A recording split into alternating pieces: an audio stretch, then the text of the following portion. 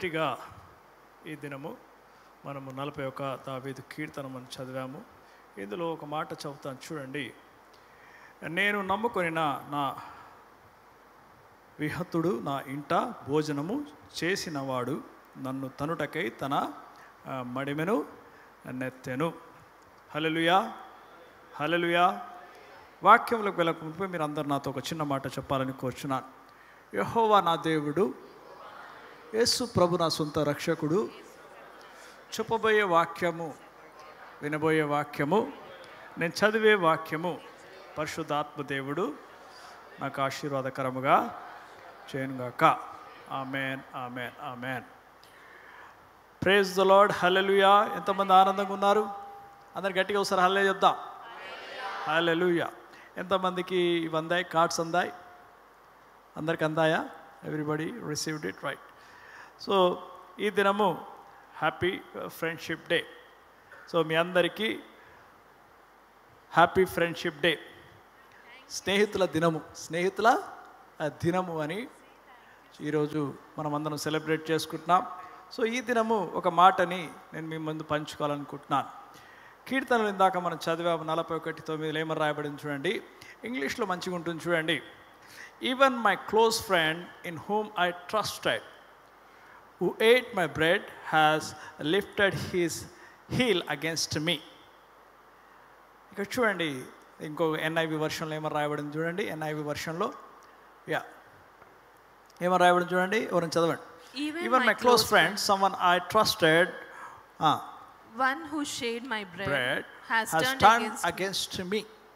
చూడండి, బైబిల్ మనకు ఒక క్లోజ్ ఫ్రెండ్స్ విషయమై మనము ఏమి బైబిల్ మనకేం సెలవిస్తున్నది, స్నేహితులనగా ఏమిటి, ఈ లోకం మనకు స్నేహితం గురించి ఏం చెప్తున్నారు.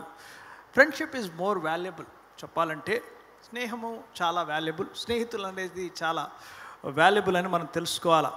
అంటే ఈ కాలంలో ఎవరిని మనం నమ్మాలి, whom to trust, whom not to trust అనేది పెద్ద క్వశ్చన్గా మారిపోయింది. ఎందుకంటే మనతో పాటే ఉన్నవారు, మనతో ఉన్నవారు ఎవరిని మనల్ని మోసం చేస్తారా మనం తెలియని రోజులో ఉన్నాం. అంతకాలంలో స్వార్థం అనేది ఎక్కువైపోతుంది. స్వార్థం అనగా నా జీవితము నాది, నాకు కావలసిన దానికోసమై ఎంత ఎత్తుకైనా వెళ్ళిపోతారు, ఎంత తప్పిదానికైనా చేస్తుంటారు. స్వార్థం అనేది ఈ కాలంలో పెరుగుతుంది కనుక ఫ్రెండ్షిప్ సౌహాసానికి విలువ ఇవ్వకుండా అయిపోతుందని జ్ఞాపకం చేసుకోవాలి. అయితే ఈ ఫ్రెండ్షిప్ అర్థాన్ని మార్చివేసింది ఏది అంటే సోషల్ మీడియా మార్చివేసింది. మనం చూస్తే ఫ్రెండ్షిప్ అనగా ఫేస్బుక్లో నీకు ఫ్రెండ్ రిక్వెస్ట్ వస్తుంది. ఏం రిక్వెస్ట్ వస్తుంది? ఫ్రెండ్. అది మనం యాక్సెప్ట్ చేస్తాం. అంటే దాని అర్థం మార్చిపడేశారు. ఫ్రెండ్ అనగా ఒకవేళ మనం చూస్తాం ఫాలోవర్స్ అంటాం. మనం ఇన్స్టాగ్రామ్ కానీ ట్విట్టర్ చూసినప్పుడు ఈ social media completely change derivation or the meaning of the friendship. Actual friendship meaning మనం ఒకవేళ ఆక్స్ఫర్డ్ డిక్షనరీలో చూస్తే ఏమని రాయబడిందంటే a person joined by intimacy and affection to another, అంటే మ్యూచువల్ ట్రస్ట్, ఇద్దరి మధ్యలో ఒక మంచి నమ్మకము అనేది జ్ఞాపకం చేసుకోవాలి.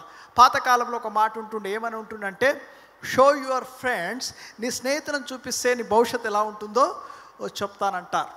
అయితే నీ స్నేహితులు ఇక్కడ ఉన్న వారికి ఇప్పుడు ఒకవేళ మీ క్లోజ్ ఫ్రెండ్ ఎవరు అని నేను అడిగితే మీకు ఎవరో ఒక పేరు గుర్తుకొస్తుంది, హీజ్ మై క్లోజ్ ఫ్రెండ్ అని. అయితే మన కాలము ప్రకారము స్కూల్లో మనకు బెస్ట్ బడీస్ ఉంటారు. స్కూల్లో ఉన్నవారు చెడ్డీ దోస్తులు అంటాం మేము జనరల్గా. అయితే అంటే చిన్న ఉన్నప్పుడు దోస్తులు, అలానే ఇంటర్మీడియట్లో కాలేజ్లో ఫ్రెండ్స్ ఉంటారు, కొలీగ్స్ అంటాం. నీతో పని చేసేవారు కూడా నీకు ఫ్రెండ్స్గా ఉండిపోతుంటారు. ఇప్పుడు నిన్ను ఆలోచించుకొని ఒక్క నిమిషము నీ క్లోజ్ ఫ్రెండ్ పేరు గుర్తు చేసుకో అంటే ఎవరో కొంతమంది ఏం చేస్తుంటారు, వచ్చేస్తుంది నా క్లోజ్ ఫ్రెండ్ వీర్వన్ వచ్చేస్తుంది. కొంతమంది ఇంకా ఆలోచిస్తుంటారు నా క్లోజ్ ఫ్రెండ్ ఎవరు, యాక్చువల్లీ నా క్లోజ్ ఫ్రెండ్ ఎవరని కూడా డౌట్లో ఉంటుంది. ఆ కాలంలో ఉన్నాం మనం. అంటే ఈ ప్రజెంట్ సినారియోలో మన ఫ్రెండ్షిప్ దానికి చాలా మటుకు అర్థమే మారిపోయినది. కానీ నీకున్న ఫ్రెండ్స్ తోటి, నీకున్న ఫ్రెండ్షిప్ తోటి నీకు చాలా మటుకు నువ్వు ఇన్ఫ్లుయెన్స్ అవుతావని, దాన్ని బట్టి నీ అలవాట్లు మారుతాయని, నీ యొక్క అలవాట్ల మీద వాళ్ళ ప్రభావం ఉంటుందని జ్ఞాపకం చేసుకోవాలా. అందుకొరకే చూసాము అసలు జ్ఞానవంతుడు ఎలాంటి ఫ్రెండ్స్ని ఎంచుకుంటాడు, జ్ఞానం గలవారు ఎవరిని ఎంచుకుంటాడు, బైబిల్ ఏం మాటలు మనకు చెప్తున్నదని కొన్ని మాటలు చూద్దాము. సామెతలు 13వ అధ్యాయం 20వ వచనం చదువుదాం, చూద్దాం. జ్ఞానుల సహవాసం చేయువాడు, చూడండి ఏమని రాయబడింది, జ్ఞానుల సహవాసం చేయువాడు జ్ఞానము గలవాడగును, మూర్ఖుల సహవాసము చేయువాడు చెడిపోవును. ఇక్కడ బైబిల్ మనకేం సెలవిస్తుందంటే, జ్ఞాని అయిన సొలొమోను మహారాజు చెప్తున్నది వినండి. మీరు ఒకవేళ జ్ఞాని సహవాసం చేస్తే మీరు జ్ఞానులు అవుతారు, మూర్ఖుల సహవాసం చేస్తే మీరు మూర్ఖులు అవుతారని జ్ఞాపకం చేసుకోండి. బైబిల్ మనకు మోసపోకుడి, దుష్ట సాంగత్యము మంచి నడవడిని చెరుపును. మనం దుష్ట సాంగత్యంలో ఉంటే మన మంచి నడవడి, నువ్వు మంచిగా ఉన్నా కూడా, నీ ప్రవర్తన నీ అలవాట్లు మంచిగా ఉన్నా కూడా, నీ స్నేహితం బట్టి నీ స్నేహుని బట్టి నీ యొక్క జీవితంలో అది అలవాట్లు మారుతాయని జ్ఞాపకం చేసుకోండి. అయితే నిజమైన స్నేహితుడు ఎలా ఉండాలి, నిజమైన స్నేహితుడు ఎలా ఉంటాడు అని బైబిల్ మనకి ఏం చెప్తున్నది అని చూస్తే, ఒక్కసారి మనము సామెతలు 17వ అధ్యాయం 17వ వచనం చదువుదాం. నిజమైన స్నేహితుడు విడవక ప్రేమించును. చూడండి, నిజమైన స్నేహితుడు విడవక ప్రేమించును, దుర్దశలో అట్టివాడు సహోదరుడుగా ఉండును. చూడండి, దురదశలో అట్టివాడు సహోదరుడుగా నుండును. నిజమైన స్నేహితుడు నిన్ను విడవక ప్రేమిస్తాడు, విడవక నీతో ఉంటాడు. నువ్వు ఎప్పుడైతే కష్టకాలం ఉన్నప్పుడు అతను నిన్ను ఆదరిస్తాడు, నిన్ను ఆదుకుంటాడని మనము బైబిల్ సెలవిస్తుంది. ఏ ఫ్రెండ్ ఇన్ నీడ్ ఏమంటారు, డీడ్ అంటారు. అయితే నీవు నీ స్నేహితులను ఎంతమందిని నువ్వు నమ్మగలుగుతున్నావు, నీ స్నేహితుడు నీతో పాటు ఎలాంటి గుణము కలిగి ఉన్నాడు, నీతో పాటు ఉన్న స్నేహితుడు నిజమైన స్నేహితుడా, అతను నువ్వు పూర్తిగా నమ్మగలుగుతావా, you can trust him completely, or ఇంకా కొంచెము ఏదో నాకు డౌట్ ఉన్నది అని నువ్వు అనుకుంటున్నావా. అయితే స్నేహితునికి ఉండవలసిన గుణాలు ఏమిటి అని మనం జ్ఞాపకం చేసుకుంటే, చూడండి, అతను విడవక ప్రేమిస్తాడు. విడవక నీ కష్టంలో కూడా చాలామంది స్నేహితులు ఎప్పుడు జమ చేరుతారంటే, మీరు జ్ఞాపకం చేసుకోండి, ఒకవేళ ఎక్కడైతే బెల్లున్న కాడ ఏముంటుందంట, బెల్లం ఉన్న కాడ ఈగలు చేరుతాయి, చీమలు చేరుతాయి, ఈగలు చేరుతాయి. నువ్వు అన్నీ బాగున్నప్పుడు నీ చుట్టూ అందరు చేరుతారు. ఒకవేళ నీ లేనప్పుడు, నీ దగ్గర ఏం లేనప్పుడే నీకు దూరం అవుతుంటారు. నిజమైన స్నేహితుడు అలా ఉండడు అని బైబిల్ సెలవిస్తున్నది. నిజమైన స్నేహితుడు నీ కష్టములో నీతో పాటు ఉంటాడని జ్ఞాపకం చేసుకోండి. అయితే ఒక చిన్న కథను మీకు చెప్తాను. ఇద్దరు స్నేహితులు ఇలానే ఎడారిలో వెళ్తుంటారు. ఎడారిలో వెళ్తూ ఉంటే ఒక డిస్కషన్ వస్తుంది వాళ్ళిద్దరి మధ్యలో. వారిద్దరు డిస్కషన్ చేసుకుంటూ ఒక విషయమై ఇద్దరు ఆర్గ్యుమెంట్ చేసుకుంటారు. జనరల్గా ఫ్రెండ్స్ కూడా ఒకవేళ భేదాభిప్రాయాలు వస్తాయి, ఒక టాపిక్ నుంచి మాట్లాడుతుంటే భేదాభిప్రాయాలు వస్తాయి. ఈ భేదాభిప్రాయాలు వచ్చినప్పుడు ఈ ఇరువురిలో ఒక అతని కోపం ఎక్కుంటుంది. ఈ కోపం ఎక్కున్న అతను ఏం చేస్తాడంటే, ఇంకొక అతన్ని చెంప మీద కొడతాడు, షట్ అని కొడతాడు. ఆ ఎడారిలో వెళ్తూ ఉంటే కొడతాడు. కొట్టినప్పుడు తను ఏం చేస్తాడంటే, తన ఇంకో స్నేహితుడు ఏమనకుండా ఆ ఇసుక మీద రాస్తాడు, మై బెస్ట్ ఫ్రెండ్ ఈరోజు నన్ను నా చెంప మీద కొట్టాడు అని ఆ ఇసుక మీద రాస్తాడు. ఇసుక మీద రాసిన తర్వాత అలానే వెళ్ళిపోతూ ఉంటారు. వెళ్ళిపోతూ ఉంటే కొంత దూరం తర్వాత ఒక ఓయాసిస్ వస్తుంది, నీళ్ళు లాంటిది ఓయాసిస్ వస్తుంది ఆ ఎడారిలో. వచ్చినప్పుడు వారిద్దరూ అందులో స్నానం చేస్తుంటారు. స్నానం చేసే సమయంలో ఎవరైతే చెంపదెబ్బ తిన్నాడు చూసారా, అతను ఆ ఓయాసిలో మునిగిపోతుంటాడు. మునిగిపోతూ ఉంటే ఇతను సాయం అన్నప్పుడు ఎవరైతే చెంపదెబ్బ కొట్టాడో తను సాయం చేస్తాడు. సాయం చేసి తన ప్రాణముని కాపాడతాడు. ప్రాణముని కాపాడిన తర్వాత తనని ఒడ్డుకు తను తీసుకొచ్చి పెడతాడు. అతను తను తేరుకున్న తర్వాత అక్కడ ఒక రాయి ఉంటుంది. ఆ రాయి మీద ఏం రాస్తాడంటే, today my best friend saved me అని రాస్తాడు. అయితే ఈ ఫ్రెండ్ అడుగుతాడు, అరే నువ్వు ముందు నేను నిన్ను కొట్టినప్పుడేమో నువ్వు ఇసుక మీద రాశావు ఏమని, మై బెస్ట్ ఫ్రెండ్ యాజ్ ఈ దినం నన్ను కొట్టాడు అని, స్లాప్డ్ మీ. ఇప్పుడు నేను సేవ్ చేసినప్పుడు నువ్వు రాయి మీద రాశావు. ఎందుకు అంటే, కాలము వచ్చినప్పుడు, గాలి వచ్చినప్పుడు నేను ఏదైతే నీకు ఇసుక మీద రాశానో నువ్వు నాకు చేసిన ఈ బాధని నేను దాన్ని తుడిచివేస్తాను, కానీ నువ్వు చేసిన మేలు మాత్రము నేను ఎన్నడూ కూడా మరవకూడదు అని దాన్ని రాతి మీద రాశానని స్నేహితుడు చెప్తాడు. చూడండి, నీ స్నేహితులను చూసినప్పుడు నువ్వు జ్ఞాపకం చేసుకోవాలా, తన ఒక గుణమును బట్టి తను నీ మీద ఎలా ఆయన అభిప్రాయం కానీ నిన్ను ఎలా రెస్పెక్ట్ చేస్తున్నాడు, నేను ఏ విధముగా నిన్ను డిగ్రేడ్ చేయకుండా అందరి మధ్యలో నీకు ఘనమైన స్థానముని ఇచ్చేస్తున్నాడా, నువ్వు చేసిన తప్పిదములని తీసివేస్తున్నాడా అన్న దాన్ని బట్టి అతను నిజమైన స్నేహితుడా కాదా అని నువ్వు గమనించాలా. అందుకొరకే చూడండి, సామెతలు 27:6 ఒక మాట రాయబడింది, చూద్దాం. 27:6. మేలును కోరి స్నేహితుడు గాయములు చేయును. చూడండి, మేలు కోరి స్నేహితుడు గాయములు చేయును, పగవాడు లెక్కలేని ముద్దులు పెట్టును. నీ మేలు కోరువాడు, జ్ఞాపకం చేసుకోండి, ఒక్కొక్కసారి మేలు కోరువాడు అంటే ఇక మేలు కోరిన వాడు ఒక్కోసారి నేను గాయం చేస్తాడు, కానీ ఆ గాయము కూడా అతను నీకే చేస్తాడు. 10 మందిలో నిన్ను ఇన్సల్ట్ చేయడు, నీకు పర్సనల్గా చెప్తాడు ఇది మంచిది కాదని చెప్తుంటాడు, నీకు గాయపరచడు. నిన్ను చూడండి, పగవాడు నిన్ను ముద్దులు పెడుతుంటాడు, కానీ నిన్ను మొత్తం బాగా ముద్దులు పెడుతున్నాడు కదా, నేను చాలా ప్రేమిస్తున్నాడు కదా, ఇతనే నా నిజమైన స్నేహితుడు అని నువ్వు నమ్మకానికి లేదు. ఈ కాలంలో హూమ్ టు ట్రస్ట్, ఎవరిని నమ్మాలి అనేది చాలా కష్టమైపోయినది. అందుకొరకే మనం జ్ఞాపకం చేసుకోండి, మన ప్రతి విషయంలో నీవు దేవుని మీద ఆధారపడి దేవుని యొక్క జ్ఞానముని నువ్వు పొంది సరి అయిన స్నేహితులని నువ్వు ఎంచుకోవాలని జ్ఞాపకం చేసుకోండి. అందుకొరకే సామెతలు 12:26 ఒక మంచి మాట రాయబడింది. ఇంగ్లీష్లో బాగుంటుంది, NIVలో ఉంటుంది చూడండి, తెలుగులో ట్రాన్స్లేషన్లో వేరుగా ఉంటుంది. 12:26. నీతిమంతుడు తన పొరుగు వానికి చూడండి, ఇంగ్లీష్లో చూద్దాం. ఇది చూడండి, the righteous choose their friend carefully. ఇంగ్లీష్లో చదవండి ఒకసారి, చూడండి, the righteous choose their friends carefully. ఒకవేళ నీతిమంతుడిగా నువ్వు ఉన్నట్లయితే నీ స్నేహితులను నువ్వు ఎంచుకోవడంలో నువ్వు జ్ఞానముని చూస్తావు. You will be very careful selecting your friends అని బైబిల్ సెలవిస్తుంది. అందుకొరకే మనం జ్ఞాపకం చేసుకోవాలా, నీవు స్నేహము ఎవరితో చేసినను నీ స్నేహితుడి ఆ ఒక గుణగణాలు, వారు ఎటువంటి వాడు, వాడు నా ఎడల ఎలా చూస్తున్నాడు, ఎలా ఉంటున్నాడు అని జ్ఞాపకం చేసుకోవాలా. అందుకొరకే చాలామంది స్నేహితులతో మోసపోతుంటారు. స్నేహించిన వాళ్ళే నీ సొంత నేను చాలా క్లోజ్గా ఉన్న బడీసే నేను మోసం చేస్తారు. నా జీవితంలో కూడా ఒక ఫ్రెండ్ని చాలా నేను నమ్మాను. అంటే నేను బిజినెస్ చేసేటప్పుడు నేను బిజినెస్ చేసేటప్పుడు నాతో పాటే ఉన్నాడు. అతను ఏం చేయకపోతుండే, అతని బిజినెస్ కూడా నా ఆఫీస్లోనే స్టార్ట్ చేశాడు. అయితే నాతో పాటే ఉన్నప్పుడు నేను కొంచెం మన బిజినెస్లో ఎప్పుడు మాకు ఫైనాన్స్ డబ్బులు బాగా అవసరం వస్తుంటాయి కాబట్టి అతని దగ్గర డబ్బులు నేను తీసుకున్నప్పుడు మళ్ళీ ఇచ్చేస్తుండే. ఎక్కడైనా మేము బిజినెస్ చేసేటప్పుడు అవసరం ఉన్నప్పుడు ఇచ్చేస్తుండే. తీసుకున్నప్పుడు ఒకసారి నేను బిగ్ వెంచర్ చేసినప్పుడు తర్వాత నాకు ఒక చిన్న పెద్ద లాస్ వచ్చినప్పుడు నేనేం చేశానంటే, నా ఒక ఫైనాన్షియల్గా నేను ఎక్కడైతే కరెక్ట్ ప్లాన్ చేసుకొని ఎక్కడైతే కట్టవలసిన ఫాస్ట్ కట్టడానికి నేను నా కార్ని కూడా అమ్మివేశాను. నా కార్ని అమ్మివేసినప్పుడు ఆ కార్ తనకే ఇచ్చాను. తను యూజ్డ్ కార్స్ బిజినెస్ చేస్తాడు. ఇచ్చిన తర్వాత నేను అతనికి కొన్ని డబ్బులు ఇవ్వాలి.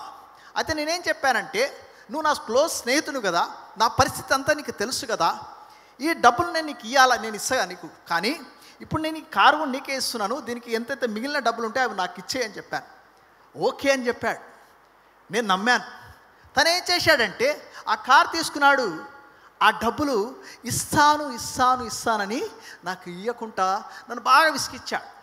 అయితే నేను అడిగాను, ఎందుకు నాకు డబ్బులు ఎందుకు ఇస్తలేవు, నువ్వు ఇస్తానని చెప్పావు కదా అంటే, వాడు ఏమన్నాడంటే నన్ను, అరే నీ పరిస్థితి ఇంకా ముందు బాగుంటుందో లేదో నాకు తెలియదు కనుక నా డబ్బులు కూడా నాకు చాలా ఇంపార్టెంట్ కదా అని డబ్బుల్ని తీసేసుకున్నాడు.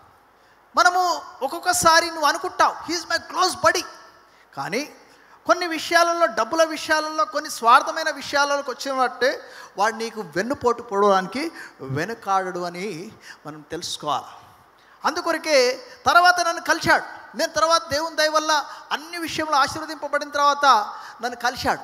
అరే నువ్వు నన్ను క్షమించు అంటే, నేను క్షమించా, మళ్ళీ మనం స్నేహితం చేద్దామంటే వద్దు అని చెప్పాను. వద్దు, అవసరం లేదు నువ్వు నాకు అని చెప్పాను. బట్ ఐ ఫర్గివెన్ యూ అని చెప్పాను. మనం కూడా జ్ఞాపకం చేసుకోండి, అనేకులు మోసపోతుంటారు ఈ కాలంలో. ఎంతోమంది ఫ్రెండ్స్ మీ క్రెడిట్ కార్డ్స్ వాడతారు, మీతో లోన్స్ తీపించుకుంటారు. తీసుకున్నప్పుడు ఒక లాగుంటారు, తీసుకున్న తర్వాత ఒక లాగైపోతారు. వాడు నీకు బద్ద శత్రువు అయిపోతాడు. ముందేమో నీతో చాలా మధురంగా మాట్లాడతాడు, డబ్బులు తీసుకున్న తర్వాత వాడు ఎలా మారిపోతాడంటే, నేను ఇయ్యనా నీకు, గొంతు మారిపోతుంది, నీ మీద ప్రేమ తరిగిపోతుందని జ్ఞాపకం చేసుకోండి. అందుకొరకే బైబిల్ మనకి క్లియర్గా పాఠం నేర్పిస్తున్నది. బైబిల్ మనకు క్లియర్గా ఎలా ఉండాలి, నువ్వు ఎలా జీవించాలి అని క్లియర్గా అన్ని విషయంలో బోధిస్తున్నది. అందుకొరకే సామెతల్లో సాల్మోన్ మహారాజు ప్రతి విషయమని మనకు క్లియర్గా బోధించాడు. అందుకొరకే మనం జ్ఞాపకం చేసుకోవాలా. మనం చూడండి సామెతలు 17:9 ఒక మాట రాయబడింది, చదువుదాం. 17:9 ప్రేమను వృద్ధి చేయు చూడండి. ప్రేమను వృద్ధి చేయు గోరువాడు తప్పిదములు దాచిపెట్టును. తప్పిదములని దాచిపెట్టును. ఒకవేళ ప్రేమను వృద్ధి చేయువాడు నీ తప్పిదములని దాచిపెడతాడు వాడు. అయితే కింద భాగం చదువుదాం చూడండి. జరిగిన సంగతి మాటి మాటికి జరిగిన సంగతులని మాటి మాటికి ఎత్తువాడు మిత్రభేదముని చేయును. మాటి మాటికి అరే నువ్వు అలా చేశావు, నువ్వు ఇలా చేశావే, నేను అప్పుడు ఉన్నప్పుడు నాకు ఇది చేశావు, నీకు నేను చాలా క్లోజ్ ఫ్రెండ్ అని చెప్తుంది. కానీ నువ్వు చేసిన తప్పుని ప్రతిసారి పొడుస్తూ ఉంటే అతను మిత్ర భేదము కల్పించే వారిని జ్ఞాపకం చేసుకోండి. అటువంటి వారిని మీరు నమ్మకూడదు. మీ తప్పుదములని మాటి మాటికి ఎత్తుతున్నారంటే వారిని మీరు నమ్మకూడదని బైబిల్ సెలవిస్తున్నది.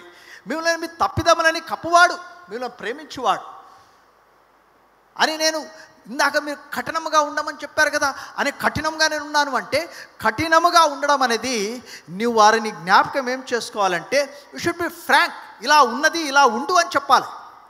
ఫేర్నెస్ ఉండాలి నీలో, నువ్వు ఫేర్గా ఉండాలి. కానీ నీలో ఒకటి ఉంచుకొని ఇంకొకటి మాట్లాడకూడదు.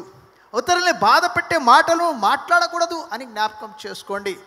బైబిల్ మనకు క్లియర్గా చెప్తున్నది. జరిగిన సంగతులు మాటి మాటికి ఎత్తుతున్నాడంటే నీ పక్కనున్న స్నేహితుడు నీ మాటి మాటికి నువ్వు చేసినది ఎత్తుతున్నాడంటే వాడిని త్వరగా ఏం చేయాలా? ఏం చేయండి? ఇట్లా ఏమంటారు దీన్ని?